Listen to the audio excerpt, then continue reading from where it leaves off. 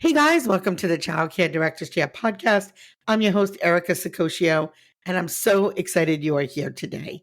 In today's episode, we're focusing on what every early childhood leader needs to know about strategic planning and why it's not just a nice to have, but a must have for long term success. Whether you're leading a startup center or a well established program, strategic planning gives leaders clarity, confidence, and direction that they need to grow sustainability, navigate challenges, and ensure a high quality care for children and families. While we'll explore the essential skills childcare leaders need to develop and build and implement an effective plan, the steps to get started, and the powerful impact of a strategic mindset and what that can do for your team, your operations, and your outcomes. Plus, we'll walk through 8 compelling reasons why strategic planning should be part of every leader's toolbox. So, before we do that, let me introduce our guest today. I'm super excited. We have Joe Pinsonneault. He is a strategic planner, coach, trainer, all the things, and a great friend of ours from here in Rhode Island. So, welcome to the show, Joe. Thank you for having me here. It's a pleasure. So, tell folks a little bit about strategic planning and how you came to be so passionate about it for ECE.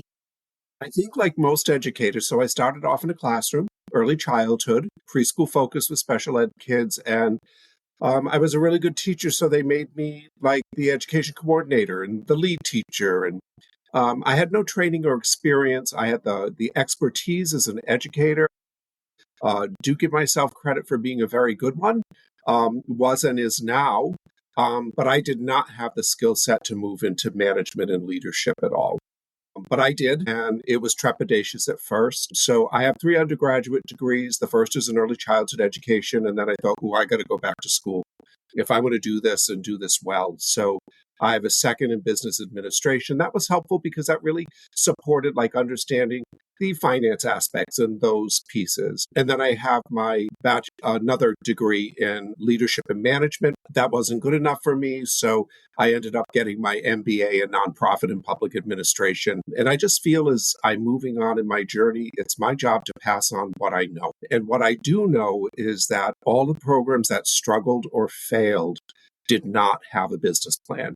And they did not have a business strategy. They kind of winged it. And these were people who were not in the field and they just thought, we're in a childcare desert over here, so we need to open a center. And then they open a center and it's not successful because they didn't do a strategic plan. They didn't have a business plan. They did not do a community needs assessment, which says we really don't need infant care right now, or we don't need preschool. What we need is school age before and after. So they opened the wrong business and the business ended up failing. And I've seen that many, many, many times. So there was a point in my career where I just said, I've got to help programs do this because people just think it's easy to open a childcare center. Erica, you have 3, which is a great undertaking, but it's a lot of work and there is a lot of planning and there's a lot of strategy. So I believe that whether you're a new start, it starts with a strategic plan and it starts with a community needs assessment.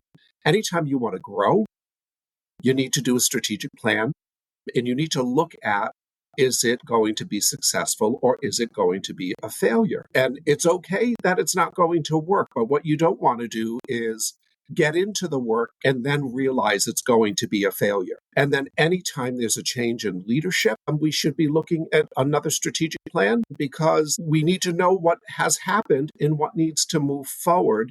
And anytime there is a major world event that causes us to do a major shift, and I'm just going to say our last significant one was the COVID pandemic, where if you were not well planned before that, you're probably not opened right now. And we lost so many childcare centers because they didn't have healthy reserves and they were not able to sustain. So for me, it's all about forward thinking and it's about capacity and understanding, can we do this? So now in the later part of my career, I've been doing this for over 40 years. I really focus on helping programs understand that what they're doing is actually a business and there is a way to operate that business. And it starts with planning. Yeah. And some of the things that you said, I think the way that you moved up through the field is very similar to the way that I did, even in terms of the course studies that we decided to take because we realized really quickly, yeah, I really need this. And I don't have these skill sets. So I think just that too, being self-aware is a great important trait you have to have as a leader. So let's start at the top, Joe. What should childcare leaders understand about strategic planning and why it's essential to their role as visionaries and decision makers? So when you culminate after doing things like a SWOT analysis, understanding the strengths, and weaknesses, those are internal controls. And then the opportunities and threats, those are the external controls. You can start planning. But if you don't have that baseline information, you're kind of flying by the seat of your pants. I'm working with multiple organizations right now, and that's in addition to all of the other, early childhood work that I do, sought after to help with strategic planning, and I'm glad to always help. But it creates the foundation for you looking forward 3 years, 2 years if you want to do a shorter term plan, and it helps keep you on track. For me, the strategic plan, for people to know, it's got to be a living and breathing document. It's not a process that you go through. We come up with a plan and then it gets put on the shelf and it grows dust. It's really got to be open and reviewed. So the plan itself is incredibly important in coming up with your action steps and who is responsible and the timelines for those completion. The monitoring of that plan is where a lot of people fall off. It's really easy to just put it down and forget it, but it's got to be the guiding principle. For me, it creates the foundation and it is the Bible of the work that we do. It should be revered that way. It should be reviewed regularly at staff meetings. It should be reviewed, with the people who are responsible for doing the work and making sure it rolls out. Because the plan is also going to help with a whole other concept, which I know you believe so strongly in: quality through accountability. Like, we have to hold people accountable to ensure the quality of the programs. I hope that answered your question. It does. Some folks might be listening to this, and with where I don't want to say throwing these words around, but kind of, for lack of better words to describe it. So somebody who's listening who might be a new director, how do they do a SWOT? Where do they find a SWOT? What does that process look like? So, a SWOT analysis for me starts the process. For some people, they use the gap analysis, like where are the gaps in the work. I prefer a SWOT analysis because I think it goes and takes a deeper dive. I think you start by pulling together a group of people who are going to participate in this process. So it would be yourself. If you have a CEO or executive director, certainly senior leadership needs to be included. If you have a governing board, they need to be involved as well. And we need to involve staff who actually implement everything. So that's the fancy word, as we say. You have to include all stakeholders, to make sure that you have the right people. So you actually have to plan the planning process. And that starts by putting together a committee or hiring a consultant like me who comes in, and just says, I've got all the tools here, let's go. You can also, Google research is just intense. You can Google like SWOT analysis Hmm. questions and they will give you some questions. I like the committee to come up with those, and when I go in privately, I interview that group of people and just say, what are you wanting to get out of this? What is the end result? I get your funders want you to do this, but what is the end result that you want from this? So for me, I believe if you're entry level, you start with doing some research, whether that is connecting with a consultant, whether that's speaking to someone like you who run and own and operate 3 centers. You've done this before. I think connecting with our colleagues is really important. Networking is critical. And so someone might not have done it, but they know you have, and you can be a great resource. So I say the biggest challenge for me in my career was it took me so long to get educated to do all of this, and we don't get that. We don't get that when we're doing our coursework in early childhood or elementary ed. It's just not a part of it. So I would suggest going back to school if you can, and that can be funded, and taking some basic leadership courses. You can take business strategy and planning courses. And if you can't afford that, you can get great books through Amazon that you can read. There is tons of wonderful information on YouTube. Just be selective about who you're taking the information from. But I think it's critical that you start with understanding the process before you move into the process. Yeah. So there were some great things you said there. The first thing is if you're a high quality program, there's a good chance you're already doing some of this work around your quality improvement plan. The second thing is I found doing SWOT analysis, although it can sound daunting, I actually found them very fun. If you're a Yes. person who loves feedback, and that gets you really jazzed up, I found I really loved doing it. Two reasons.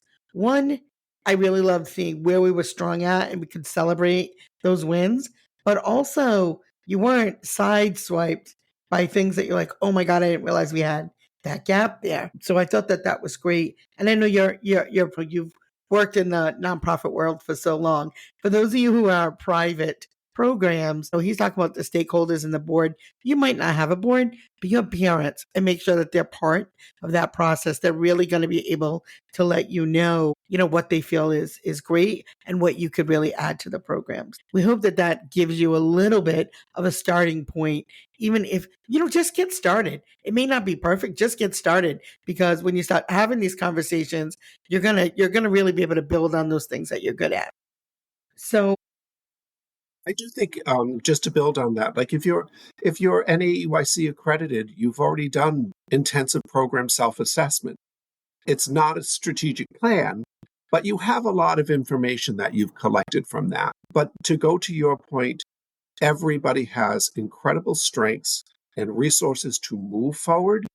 And we all have barriers and concerns, so identifying both. I'm always pleased when I don't have to pull that information from people. They're just like, we know this is broken, yeah, so, and we need help fixing it, but sometimes you get to somewhere where they're being told to do it, not because they want to do it. And it's a struggle for them to say, we're not doing things on this side well. We do it great over here. So, but I agree with you. I think if you're a quality program and you're doing all the work for Bright Stars and you're doing all the work for NAEYC and you're doing your ECHRs and ITERs, I think that that's really important because that's kind of lays a foundation for understanding what intensive self-assessment is all about. okay. So in leadership, we often talk about growth or survival, right? Can you break down what it actually looks like for early childhood programs and how strategic planning supports both?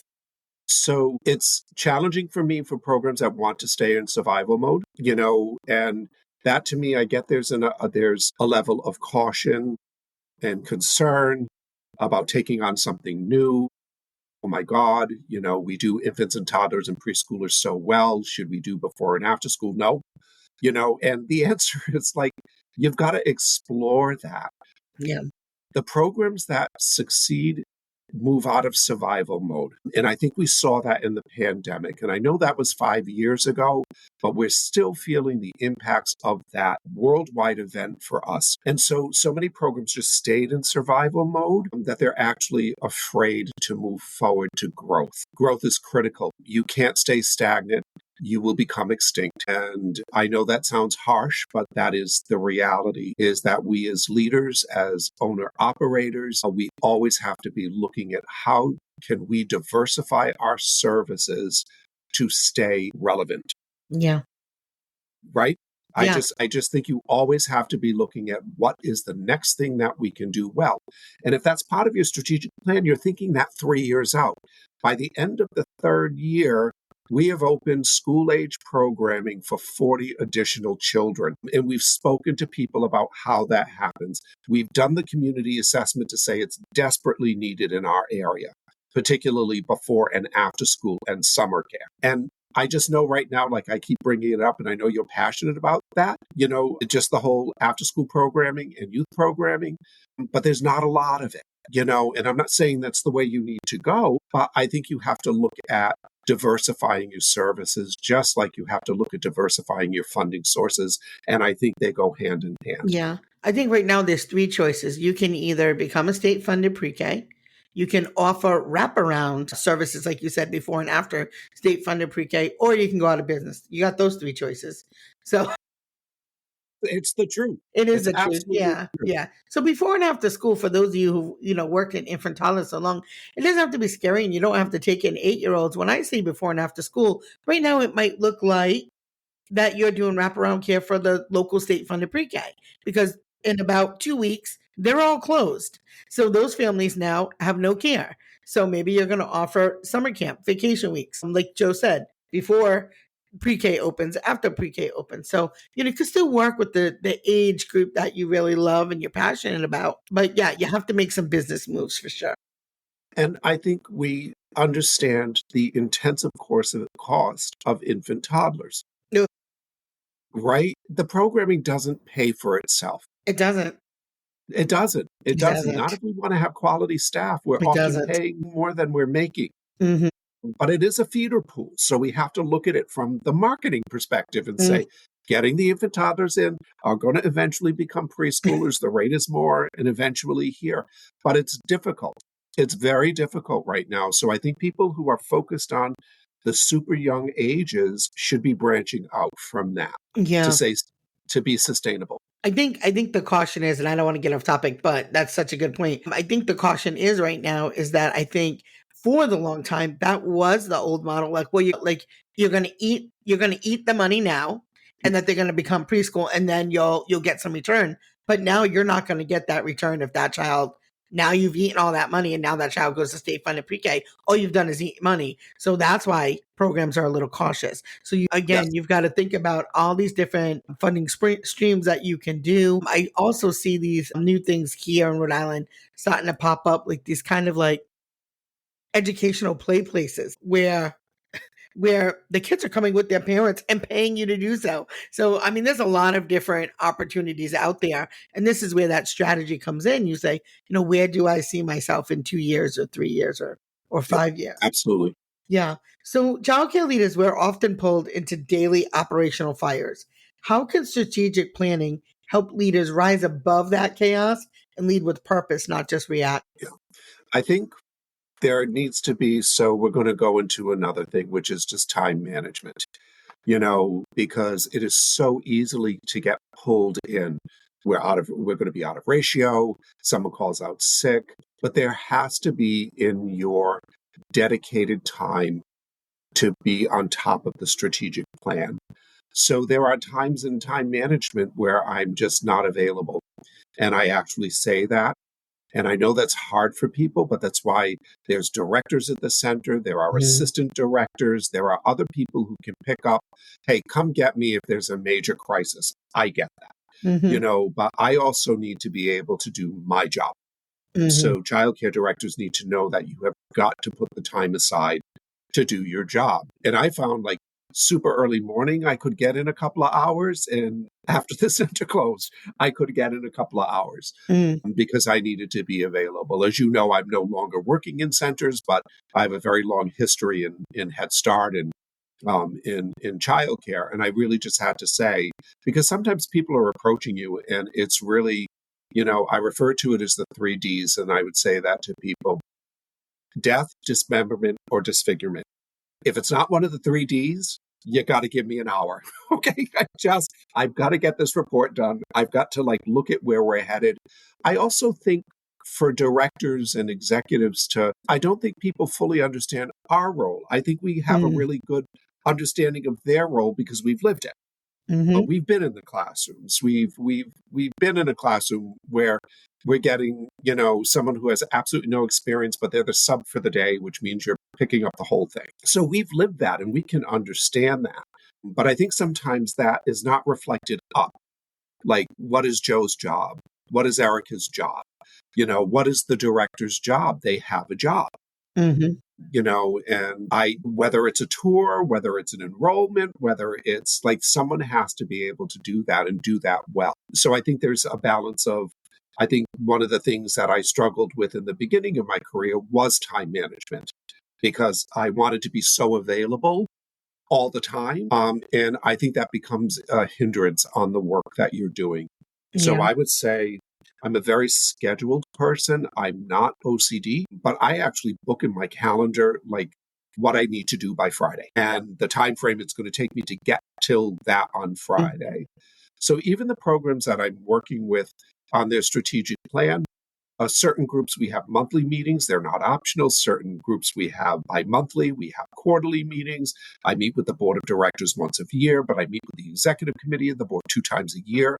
We schedule it in. Sometimes schedules change, but if it's not in the calendar, it's probably not going to happen. There's a great book, and I'm not going to remember the author, but it's called 9 Minutes on Monday, where it just takes a leader to say, sit down for 9 minutes on Monday and come up with your priorities for the week. I know you've done a lot of work with John Maxwell. His work is incredible in terms of leadership. So there are great resources out there. Again, I'm going to go back to you've got to self-educate, or outreach to your peers who have done that so they can provide you support.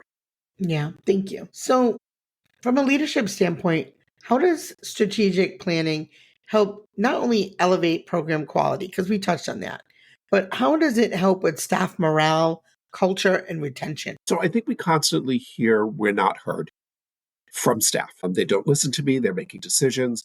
The strategic planning process is a partnership and a collaboration where you are asking staff and families for their feedback on the program. And sometimes that's hard to hear. It just is. But when you start opening the dialogue with staff, they're going to feel valued and not just for working with the children, but that they have a voice, their voice is heard, they have ideas and suggestions. Honestly, sometimes the best ideas come from someone who is on that direct level. They just live it every day. And then they just say something and it's like, oh my God, I couldn't have even thought of that, but they thought of it, like, how to get the kids outside or like, playground schedules, whatever that is. So I think we need to really listen to staff. That makes them feel valued and appreciated, and it will increase retention because the standard is they leave for more money to go somewhere else. But the reality of that is there's not more money anywhere else. Okay, that's just it. So why are they leaving? And it's typically because they feel like they don't have a voice, they're not being heard, they're not involved. We got to involve them, and it takes time. All of this takes time, and I think that's the challenge for people. It's like, I've got to find the time to do that. Yes. So take 10 minutes of your staff meeting just to like solicit, not just give information, but solicit information. You're already doing the staff meeting. I've moved into, I had my agenda items, and on the refrigerator in the break room would be anything we need to talk about at the staff meeting. Please write it down.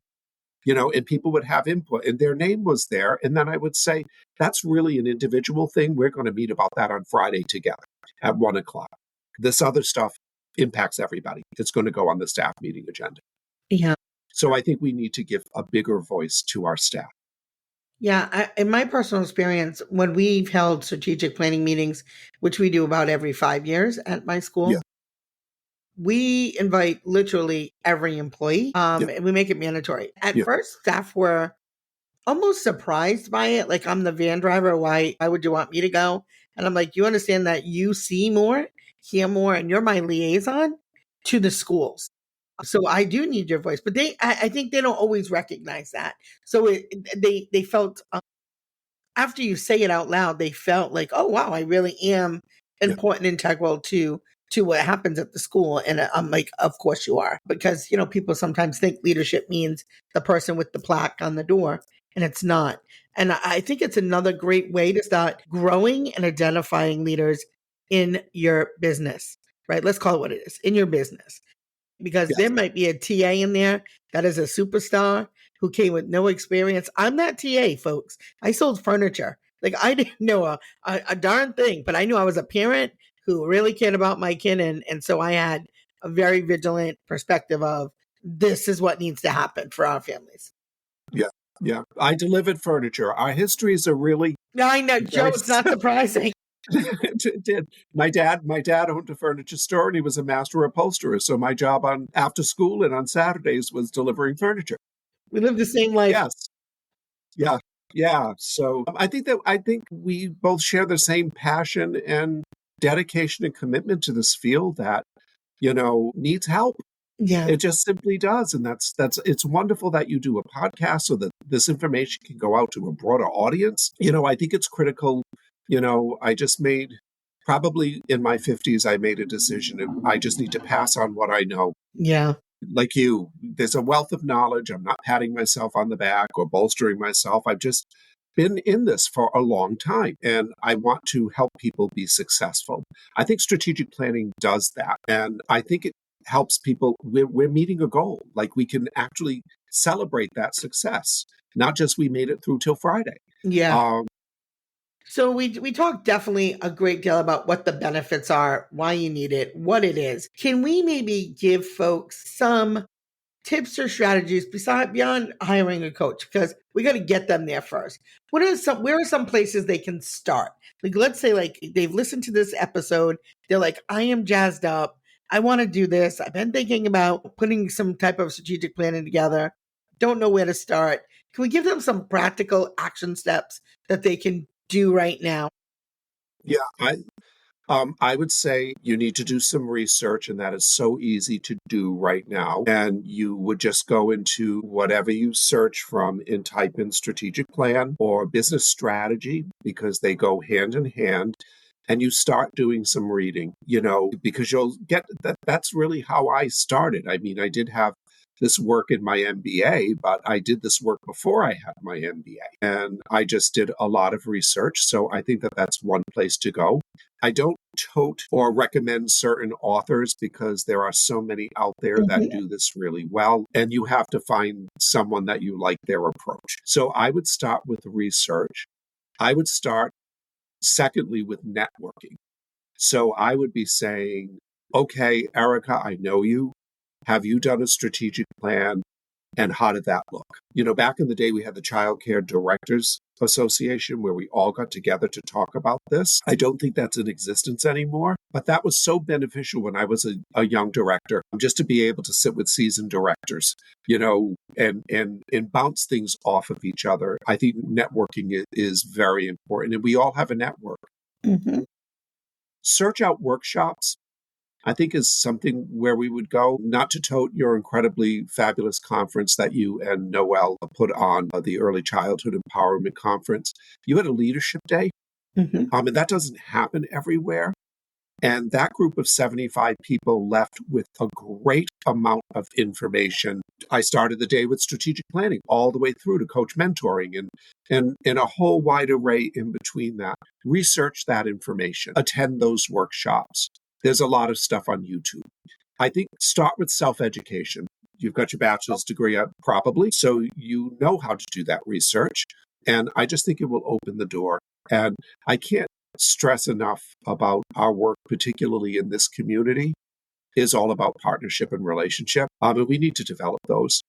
We need to rely on each other to pass on information that we might have. Yeah, I think there are some really valuable resources that helped me over the 26 years of my business. First of all, there are some incredibly amazing free resources. Sorry, couldn't get that out. There's the SBA.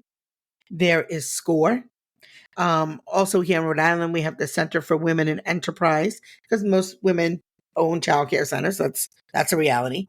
Also, if you're an established business, there's the 10,000 Small Business Program through Goldman and Sachs, which is an incredible program. Honestly, I think it might have saved my business because I had just finished that program before COVID. And so my stuff was so on point, put together. And it wasn't prior to that program. I mean, it was together, but not to the level it was after that. And so when the PPP loans opened up, my stuff was so together. I was like one of the first people in the state to get that loan, not once, but twice. So, that's kind of where strategy comes into place, is being prepared always for what you don't know is coming.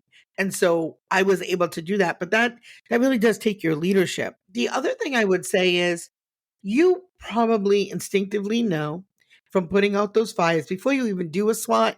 Every day, if you're putting out the same fires, you know that that's a weak point. Start Yeah. working on those areas. Start working on Maybe you need a better sub list. Maybe you need a few more leaders in your program that can make some decisions so that you don't have to wait for the triple D's to happen, right? Somebody who's running your floor who can make decisions without having to call, message, text you, knock on your door every 5 minutes. I think that that's important. But, and then also your why. I mean, I feel like that, like, why did you open your program if you own it? And if you don't own it, but you run it, why did you apply there? What was it about that program that you really loved? And well, how are we going to keep, continuing to grow that? Yeah, I think I those are think good. reflectively, you always have to ask yourself who, what, when, where, why, and how. Yeah. You know, the investigative journalist questions, but they make sense. And I agree with you. 90% of the time I'm working with an organization or, a school on strategic planning, they really do know like what is not working. Yeah. And I agree with you. Start on that stuff, even if you don't do this process, which I think you should. I think it's really important to start working on stuff that you know is broken because it's only going to get more broken until you really start addressing it. I believe that there's no problem so great it can't be solved. But if you got a problem, you got to have a plan. And I think sometimes we fall down on the plan. And the programs that survived the pandemic had a plan. We had backup. I ran a school at that point in time. We had enough resources to see us through. We had the people who could apply for, the PPP, grants as well as the employee retention credits. We just stayed. I had one person just staying on top of that. So we virtually didn't have to touch our reserves because we were able to get the money back and actually do quality improvement because we got a great amount of money. The government was very generous during the Yeah. pandemic. So, but we had that plan in place. We had already decided, like, what would we do if our lease was pulled? Okay. And they told us we had a year. How much money do we have? We got to move into a new building. So that was a strategic plan, but it was related just to that. We had to sit down, bring everybody in together to say, we don't own this building. So not owning this building means they can pull the lease with us within a certain amount of time. Are we going to have enough money to move somewhere else? So those questions are really critical. Yeah. Can you share an example of a leader or a program that saw major improvement after committing to a strategic plan and what changed for them? Just about every single one that I've worked with without using names, the ones that do not have success in the strategic plan view it as a process, just like you would review, AC accreditation as a process. We just want to get through it and then we stop it. So I find that programs that on any level, nonprofit, for profit, if they just do this to do it, and then they don't have the follow through and the monitoring, those are the ones that are not successful because they're not working on the action plan. The ones that are work on the action plan and they are continually moving forward within the plan, knowing at the end of 3 years, we've got to get or 5 years, like yours is a 5-year plan. We've got to get all of this accomplished within that 5 years. And that's including crises, and that is including short staff, and that is including everything else. It has to become the priority of a leader to say, this document is the document that I use to guide my work. So yes, all of the other stuff is incredibly important and I've got to be a part of that, but I have to revisit this all the time and I have to make sure we're staying on task. Okay.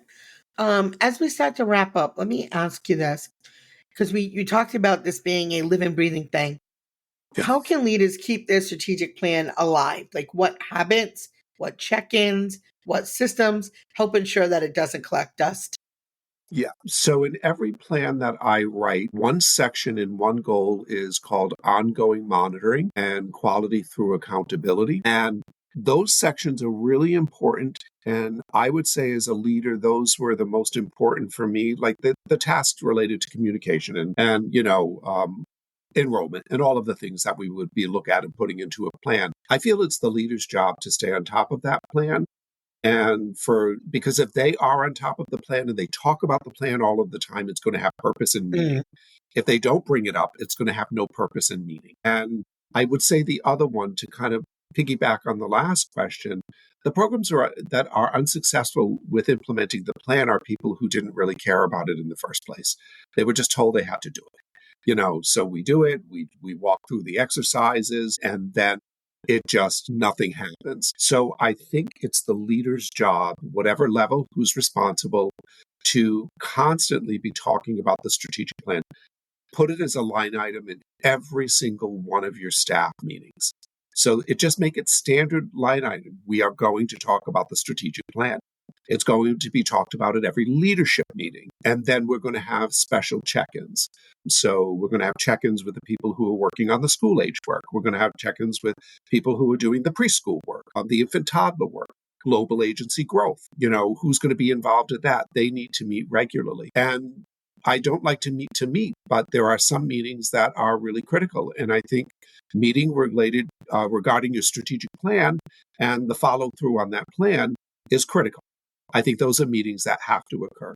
I'll go back to a statement that I said before. They have to get in the calendar and they have to be mandatory. And I've gone as far as they're mandatory in person, or you just have to be there. You can be virtual, but you have to be there. Your camera's got to be on, and I'm going to ask you questions to make sure you're awake. So enjoying moving many more things back into in person. I think we have better conversations. Yeah.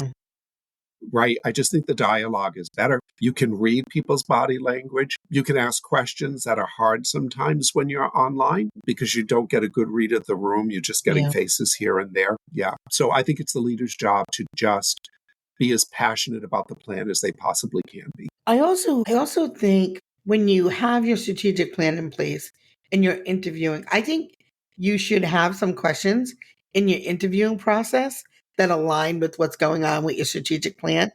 I also think that you need to build it in your performance rubric. Like when you're meeting with your staff on their quarterly or however you do it, the one-on-ones, right? Like you said, like expand that conversation and directly say, how does this task align with our strategic plan? Because we want them to believe that they're part of it because they are part of it. So I think that that's important. And yeah, I I think think that was, to piggyback, I think what happens is sometimes we don't put in the checks and balances that we need to have. So we get through the plan and then it's like, yeah, well, there's now 3 or 5 years, mm-hmm, that we have to stay connected to this living, breathing mm-hmm, document. That does change. It yeah, changes while you're in it. Oh, we completed that earlier than we were yes, supposed to. yeah, You know, I do. that one's going to go past year 5. That one's going to go past year 5. We're Yeah, not even yeah, close to that one. That's all okay. yeah. It starts the goal setting for your next plan. Yeah, the really cool thing that I have found is when you write these things down, you're intentional about them, they happen, guys. We got 2 brand new playgrounds. We got 3 brand new vans. Like these were things that I can remember sitting at CCRI because we had rented out space at CCRI. And these things were things that came up as part of our like weaknesses. What could be better? And we had talked about revamping our playground. Well, a new playground, Joe, as you know, is $150,000. It Where was was that minimum. magic money coming from? Yeah, But we yeah, figured it out. yeah. But yeah, so and it made our program, better. I think this will be the last thing I have to say on this topic is if your staff cannot summarize your vision, your mission, or your strategic plan in less than 15 seconds, they don't know it. They don't know it. A summary of it. I what is the agree. overarching goal Yeah. of this plan? Part of the strategic planning process is actually revisiting or coming up with your mission, which is what you do now, your vision, where you want to be so connected to your strategic plan. I also believe that there needs to be a value set, so a list Mhm, of values. But the last one I do with every group is the elevator pitch.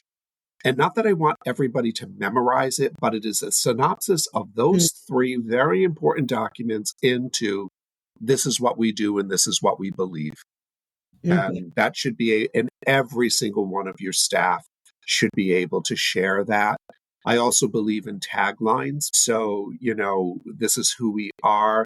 And then 3 very clear, distinct bullets that say exactly who we are and the work that we do. So, yes, I think that is a beautiful way to wrap up. Erica is like mission, vision, values, and everybody should have the elevator speech Yeah. that they can just share with people in the community anytime they're talking about the program or the center. Yeah. Well, thank you, Joe, for being such an amazing guest. And to my listeners who literally tune in daily. I absolutely love you. You know that. If you feel like this episode was helpful for you in some way, please give us a rating or review. We are working really, really hard to have our podcast move up into the top 25% of podcasts of all time in ECE, and we're not that far away. So thank you, thank you, thank you. Again, you are tuned into the Childcare Director's Chair podcast, and as always, have a great day.